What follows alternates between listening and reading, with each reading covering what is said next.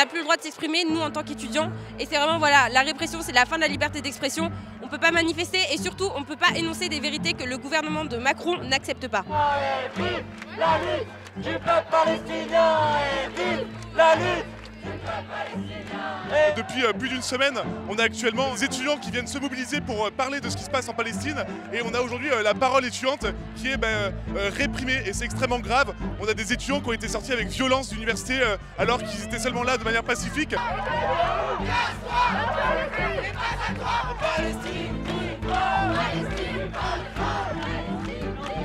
L'attitude actuelle du gouvernement, elle est complètement honteuse. C'est une répression très féroce du mouvement étudiant. Donc c'est une violence policière, mais aussi judiciaire, sans précédent. Et c'est extrêmement grave parce que les universités doivent être des lieux d'expression où les étudiantes et étudiants peuvent et doivent pouvoir s'exprimer sur ces questions-là. C'est une répression qui se fait souvent dans la violence. On a notamment pu le voir dans plusieurs lieux d'études, comme notamment à Sciences Po, où les étudiants ont été tout simplement virés de la mobilisation avec force. Ils ont été traînés par terre alors qu'ils occupaient tout simplement pacifiquement la cour intérieure du campus.